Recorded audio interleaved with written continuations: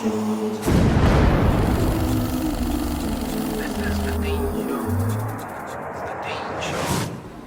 of peace. Welcome to the Dean Show. I'm Eddie, your host, and this week on the Dean Show, we're going to be talking about a fascinating story about a young man who at a young age was going to the church with his grandmother, and then he became a staunch atheist, joined the military, had this blind hatred of Islam. Now he's on the Dean Show. Let's hear what he has to say. We'll be right back. This is the Dean Show.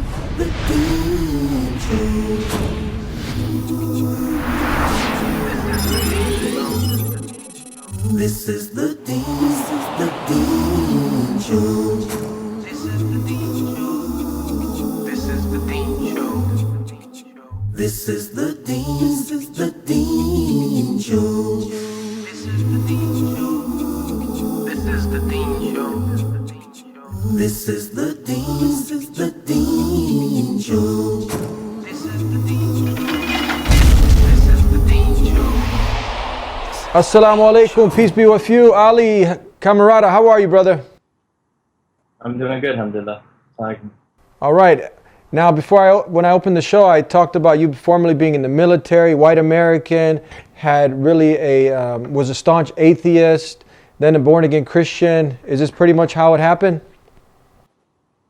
The steps? Yeah, throughout high school I became an atheist, and later on a Christian again before researching Islam after 9/11. Yes. Let's start from when your grandma used to take you to church. Let's start from those days. Okay. Well, when I was a little kid, my grandma was the most religious person in the family. She used to take me to church almost every Sunday.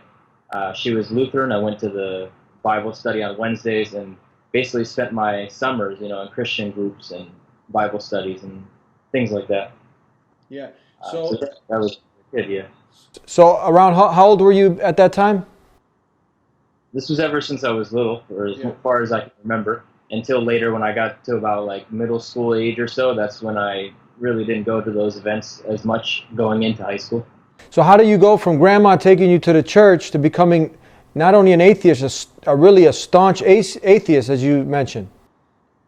I was raised, I had a lot of knowledge of it. I went through all the motions as a kid, but at the high school age, I stopped going to church as much. And then mostly it was during like biology classes. A lot of the teachers, even though religion's not supposed to be spoken about in school, a lot of times when they're talking about stuff like evolution and whatnot, the teachers, they're authority figures for kids. So sometimes they interject their atheist belief during the high school years, and I actually had a lot of conversations with two specific teachers, and they really convinced me of their way. So when I was maybe about 14 or 15 or so, I made a decision that, atheism is the truth, that it's based on science, and everybody else is just crazy nut jobs to believe anything else. And, I've basically made my mind up that in order to be religious, you have to turn your mind off. And from there on, I basically was very against religion for a few years. So you totally, at that point, left religion altogether?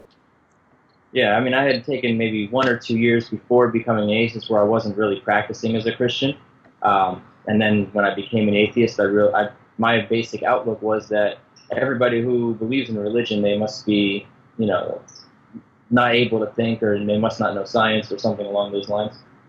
Now, what did grandma have to say about this after you told her that you made this decision?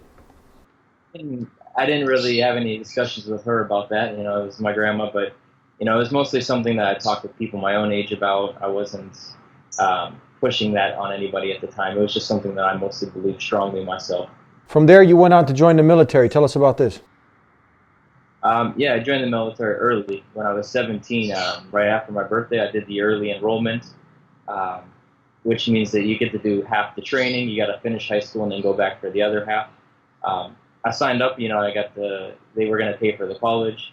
I had no problem with the Army. I thought it would be a good experience, good for career path, good for paying for college, obviously, and other things, but also because I felt like it was a good move responsibility-wise. And after joining the military, that's when I went to basic training when I was 17. This was all before I was Muslim. Now, you joined the military. Was this before 9/11 or after 9/11? This was actually the year of 9/11, but in March that year. So it was right after I turned 17, before 9/11. So was was the hostilities that we see towards Islam and Muslims, was it anywhere near where it is today back then? I grew up in a medium-sized city, and Erie, Pennsylvania has about 1 million people, but I never met a Muslim my whole life growing up. We don't have many international like races or anything, not many immigrants, because it's a smaller city. In the military, I mean, I can't remember the word Islam or Muslims coming up before 9/11, even in the military. It was basically a non-issue. Nobody knew about it. Nobody talked about it. It didn't come up as much in the media. And then even in basic training that first year when I was 17, I went that summer, which was just a few months before 9/11. Most of the time they were talking about communism and Russia and the history we had with that, and then the Vietnam War, and those are mainly the enemies they would talk about before 9/11. So Muslims never really came up. Now you talk about in your story that you ended up having, like most people, just this blind hate of Islam. What do you mean you just had a blind hate of Islam? What does that mean? I came back from the basic training because I did the early entrance program. I did half of the normal 16 weeks. I did 8 weeks. I came back. I was playing football for my high school at the time, and when I returned, it was about 2 weeks before school started, and 9/11 happened about the week after that. So I just got back from basic training, maybe about 3 weeks later. Basic training, you spend 8 weeks with the military. You wake up in the barracks, you sleep in the barracks, you polish your boots every night. You have a half hour to write letters. The rest of the day is completely, you're into the system of this military way of thinking. You have the community, like the brotherhood of the military, stuff like that. And 3 of my friends also had done the early entrance. So in the early entrance program, I had 3 friends in my same grade. 2 of them were also on the football team with me. So we all came back from basic training, and 3 weeks later, 9/11 happens. And being new in the Army, we were also thinking, like, maybe we're going to get deployed because, something happened. Maybe we're going to have to go Iraq. I don't know, they weren't discussing Iraq, mostly Afghanistan back then. But after this 9/11 happened, especially being in the military, I had this feeling like us versus them, and these people attacked us. And everything on the media, of course, is going to be one way. So I was overcome mostly by the media and by the us versus them mentality. And, it was basically like a fight type of attitude, and I had the blind hatred because I saw them as the enemy, and that's the way they were always made out to be. So now you come back from the military, and how was your perception? So you go from being a born-again Christian, you go from going to church with your grandmother, then you end up becoming a staunch atheist, you join the military, and somewhere in there you end up becoming a born-again Christian. Actually, at the time that I joined the military, I was starting to question some of the atheist presumptions, the assumptions they make about this is against religion, this is with religion, and I had some questions in my mind, of a few doubts. When I joined the military, actually every Sunday, you have the choice. And in basic training, you can't go to, I don't know if they've changed it, but you can't go to Juma or anything. Sunday is the only religious day. And in the military, you can basically stay back with the drill sergeants and clean, or you can go to the church. So even the atheists went to church during the basic training, and they mostly fell asleep in the back. But I went every Sunday for church. Some of the things that were said were a little bit inspiring at the time. I took a Bible with me and started reading it every day. And then even when I got home before 9/11, I started reading a lot. And that's the time where I got very back involved with Christianity, maybe a month before 9/11, 2 months. And I was born again at that time. I went through the process. I was born again, overcome with the Spirit of Christ, all this stuff they usually talk about. But at that time, I really became a practicing Christian again after reading about the religion and everything. And that happened after the military. All right, let's hold off right there. We're going to take a break, and we'll be right back with more to hear about this incredible story here on The Dean Show. Don't go anywhere. Islamic terrorism. Misconception: Muslims are terrorists. This is by far the biggest misconception of Islam, given unfairly by stereotyping and the public image that the media gives. Has anyone else noticed how when a specific group of people attack another group of people, it is labeled as a hate crime, but when a Muslim opens fire on anybody, it is quickly regarded as terrorism? Many political dictators and officials or extremist groups use the name of Islam as a strategy to garner followers and attention when many of their practices go against the true basis of Islam. The media has also portrayed Islam as a cult or a club where if you join you become a terrorist, and that is now part of your agenda. However, All over the world, people practice Islam in the true form and use it as a way of life. There are many verses in the Quran that go against the idea of terrorism. Some of these verses include, "Fight the way of Allah, those that fight you, but do not transgress limits, for God does not love transgressors." This basically means do not fight except in self-defense, and even in doing so, do not go beyond defense. Another verse states, "If they seek peace, then you seek peace," which means do not attack people for no reason or kill innocent people. There is nowhere in Islam, whether it be in the Quran or the teachings of Muhammad, that promotes the killing of innocent people. Please subscribe to The Dean Show. Follow us on our official Facebook and Twitter pages in the links below. Please also help support The Dean Show by making a donation in the link below. Back here on The Dean Show, and we're talking to a gentleman, Ali, who went from going to church with your grandmother to becoming a staunch atheist, joining the military, and then becoming a born-again Christian. That's where we left off. Please continue from here. So you're a born-again Christian now. What happens in your life now?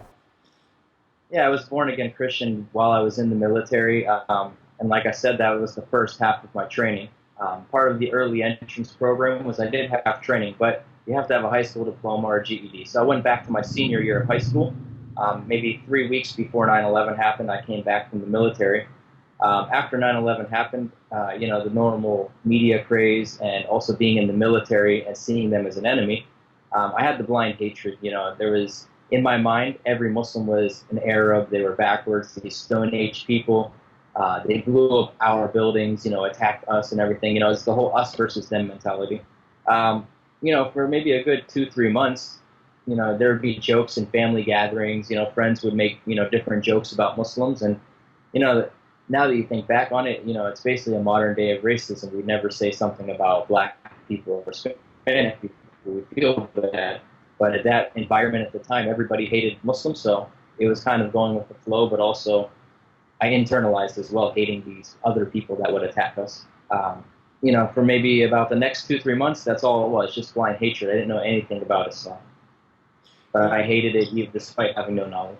Talk to us about this class project that you had, that it was an easy A, an easy pass if you did it, and what was it on?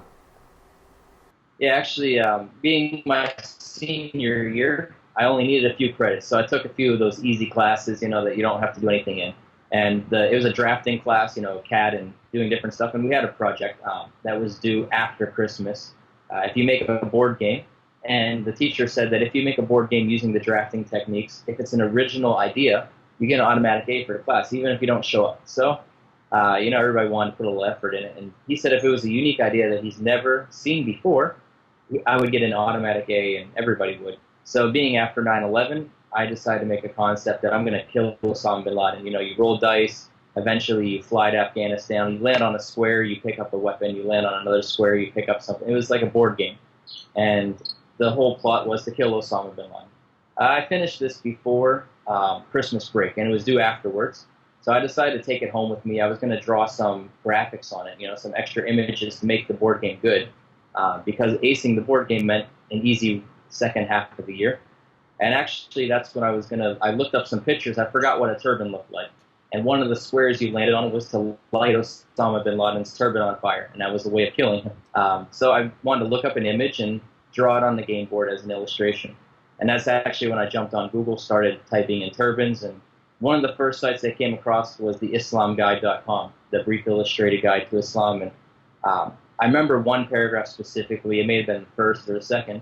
But it said that Islam believes in the prophets like Adam and Noah and Abraham and Lot and Moses and Jesus. And that blew me back, because all I ever heard is that these people believe that the more disbelievers they kill before they die, the better they're in heaven. The 72 virgins and everything. So reading that they believe in the prophets was shocking to me, because I had a blind hatred but no knowledge. So once I saw that, I realized, I hate these people, but I don't even really know what I'm hating. I mean, how can you truly hate something if you don't know it? And then combined with my being born again for about the last maybe 5-6 months at the time, I also asked myself, how can I truly call myself a Christian if that's the only religion I ever even knew anything about? And I was confident in Christianity. I said, I'm going to know more about these Muslims because they're bad people, but I want to understand them. But also, Christianity is the truth, so no matter what I read, I'm still going to be a Christian. I'm still going to reaffirm my faith. So that's when I started reading, and that was basically the first day of Christmas vacation. So I had no school for a week or two, and I just started reading basically nonstop for a week or two. And that was my first exposure to Islam. I never met a Muslim. I didn't even know they believed in the prophets. And then that was basically from zero, I started reading. Tell us about Joseph. You mentioned a retired 20-year veteran who was in the Navy. He was also a Muslim that you hooked up with. Tell us about this experience. Okay. Yeah, from where I left off, the part of reading, basically I started reading a couple of days before Christmas or around Christmas. I ended up becoming Muslim after 1 week because I dedicated myself to reading 10, 12, even 14 hours a day from waking to sleeping, and I became Muslim after learning about it. But after that, I didn't tell anybody. I told some people online. Some of the support groups that are around now, even like Facebook, stuff like that, wasn't available back then. So I kept Islam to myself. I emailed an MSA and got an email back that, hey, there's not really an MSA. It was just 2 of us, and we graduated. But I have a couple friends you can talk to, and he was one of the guys I ended up finding through AOL Instant Messenger. And he was working for CARE down in Washington, D.C. at the time, about a 7-hour drive away from me. And I remember mentioning to him I was military, he was military, and we both converted. And he said, so how's your Muslim community? I was like, what do you mean? I haven't met a Muslim yet. And actually, the brother, mashallah, may Allah reward him, instantly he was like, what? You didn't meet a Muslim? You need to meet a Muslim. So he actually drove up 7 hours to meet me. We ate some Chinese food together. He gave me a couple things. And another brother from New Jersey actually mailed me some stuff from an Islamic bookstore website. And then after meeting him, he said, hey, I got work in the morning, I gotta go. So I only saw him for an hour, but mashallah, brother drove to see me, and that gave me a good impression of brotherhood early on, because at the time I still hadn't told any of my family and friends that I was Muslim. They actually found out about 4 months later. You still keep in contact with Joseph? Yeah, I see him online. Now we're in different countries and stuff, but I still contact him as much as we can. We're both kind of busy, but over Facebook and chatting, I see him. You want to give him the salams before we go to break? To Joseph, that was actually the first Muslim, white American, who accepted Islam. Go ahead. This salam's for you, Joseph, if you're out there, from our brother Ali. All right, we're going to be right back with more of this wonderful story here on The Deen Show. Don't go anywhere. Please subscribe to The Deen Show. Follow us on our official Facebook and Twitter pages in the links below. Please also help support The Deen Show by making a donation in the link below. Back here on The Deen Show, and we left off with Joseph coming to see you, right? And then, so before that, you already had accepted. You accepted that there's nothing worthy of worship except the creator of the heavens and the earth, the same God that Jesus worshiped, Moses, Abraham. You weren't doing anything different. You even have a beard now. I mean, this is a part of Islam, but some people tuning in, a lot of the not yet Muslims, they heard you say Osama bin Laden, and they've heard 9/11, they see you with a big beard, Muslim. I mean, that's like a formula for a disaster for some people. What do you have to say when people, they have these negative perceptions of Islam due to the negative propaganda? What do you say to them? I can bear witness myself that I was in the military. I was, I didn't convert to be a terrorist or anything like that. I had a healthy hate for, anybody that would kill innocent lives. After becoming Muslim, I've met plenty of ex-military, actually, I have yet to meet a single terrorist, actually. I've become Muslim, I'm practicing the religion, I go to 10, 20, 30 different masjids since I've been Muslim, too many to count. I have yet to meet a terrorist, so, anybody that tries to say, oh yeah, you have thousands of terrorists, there's 2 billion Muslims, so what is that, it's like a decimal point, 5 zeros, and then a 1%, It's something that definitely people perceive it to be something that's common, but it's not. Even the FBI said only 6% of terrorists are actually Muslim. So as much as the news hypes it up, it's not much really. I haven't met one, and Islam's never taught me to blow anything up. So Islam's never taught you to blow anything up, but it's taught you how to live a good, righteous, wholesome life. Let's talk about that. The purity of Islam. Islam is definitely the fact. After converting to Islam, I was. Yeah. Go ahead. Yeah, after converting to Islam, I was a little bit afraid to tell my family, my friends. There was a lot of negative stigma Despite the peaceful teachings, despite the good way of life and morals of Islam, there was still a stigma. It was, it was worse than anything else you could tell your family, hey, I became Muslim. So maybe for about 4 months, I was learning the religion slowly at the time. I didn't know. I remember eating some pork a couple weeks after becoming Muslim, and a Muslim online saying, hey, what'd you do? You're not allowed to do that. So, I learned over time, bit by bit. But finally, when I told my family, I wasn't eating pork, and they asked why, and it came out that, hey, I'm Muslim.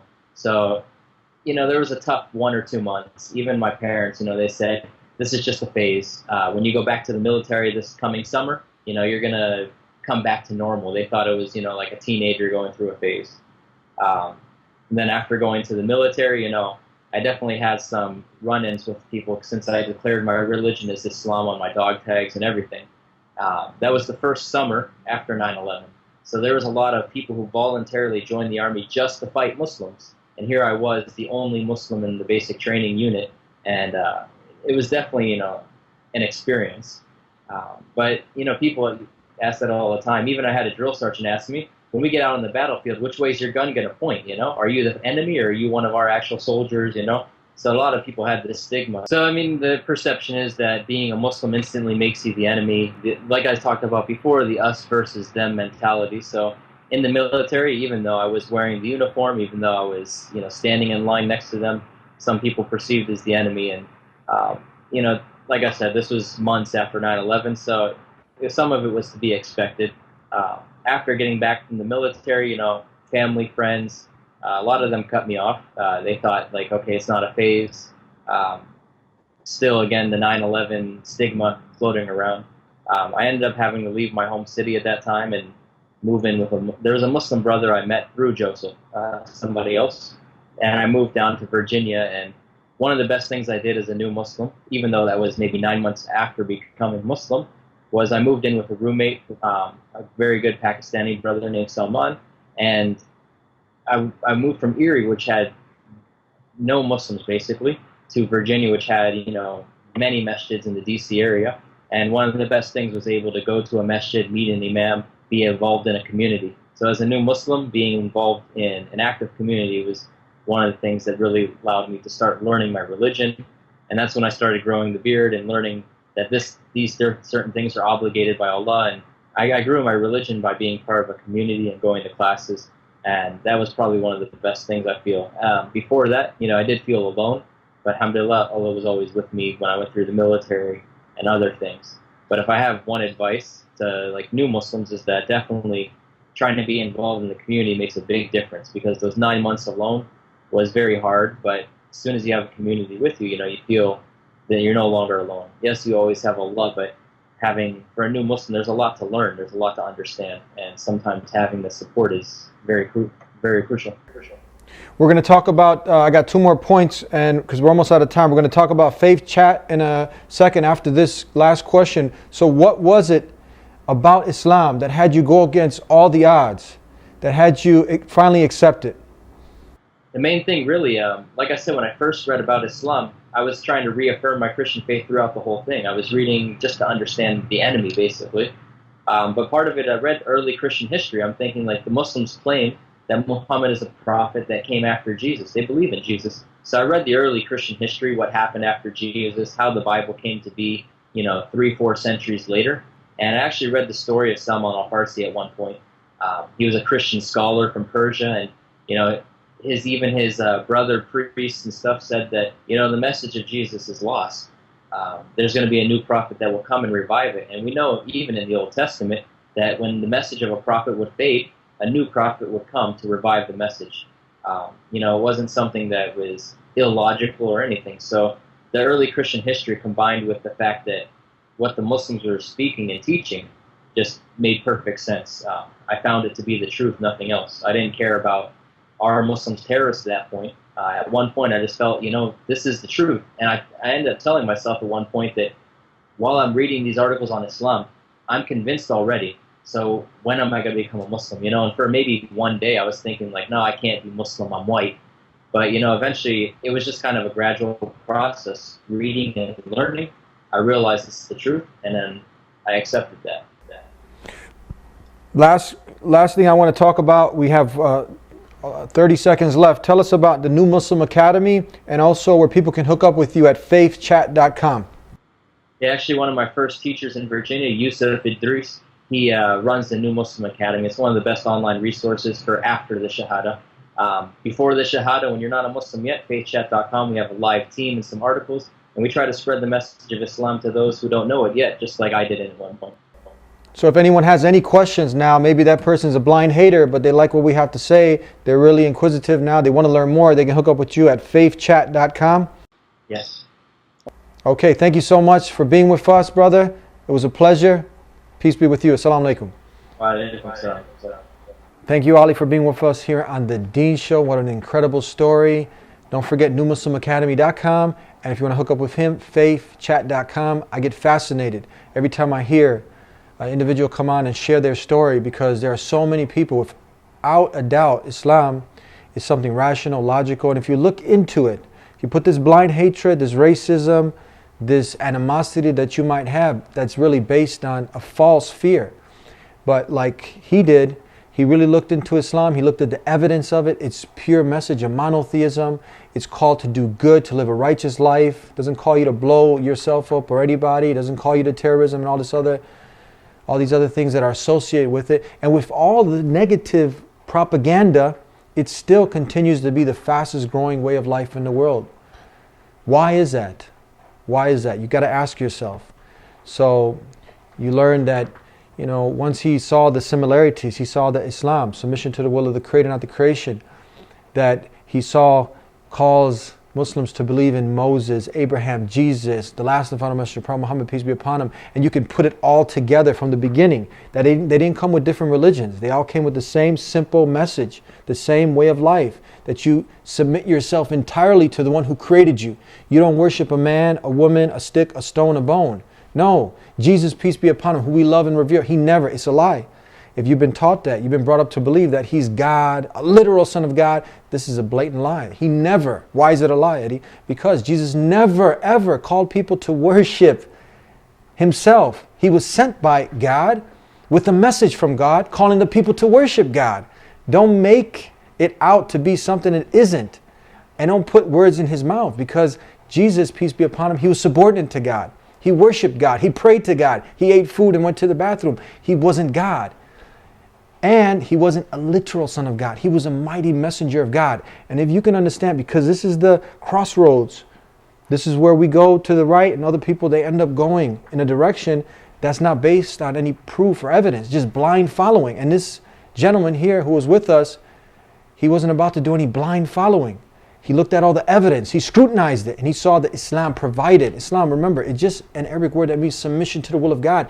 And Jesus, he didn't speak English, he spoke Aramaic, which is a sister language to Arabic, and he called on Allah, the Creator, God Almighty, Allah. So look, too much to mention in this short amount of time, but Islam is simply a way of life that calls you to have a relationship, a loving relationship with the one who created you, the one who made you, the one you're going to return back to. So call on the one who will never let you down. And we believe he's the most just and loving, and he wouldn't leave you without guidance if you ask. So ask the one who made you for guidance.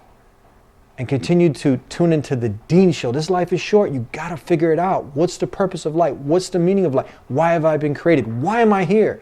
Just to accumulate a lot of wealth and money, party and die? No, there's more to life. Think about it. Think about it. Follow us, subscribe to the Deen Show. And as you can see, I get really excited talking about Islam because it makes sense. It really makes sense. And it'll make sense to you if you just look into it, put this blind hatred, animosity, or you picked up maybe through the media, Fox News, or many of these other outlets, and tune into the Deen Show every week so you can learn more and you can be enlightened. That's right, and a whole new world will open up. We'll see you next time, inshallah. God willing, until then, peace be with you.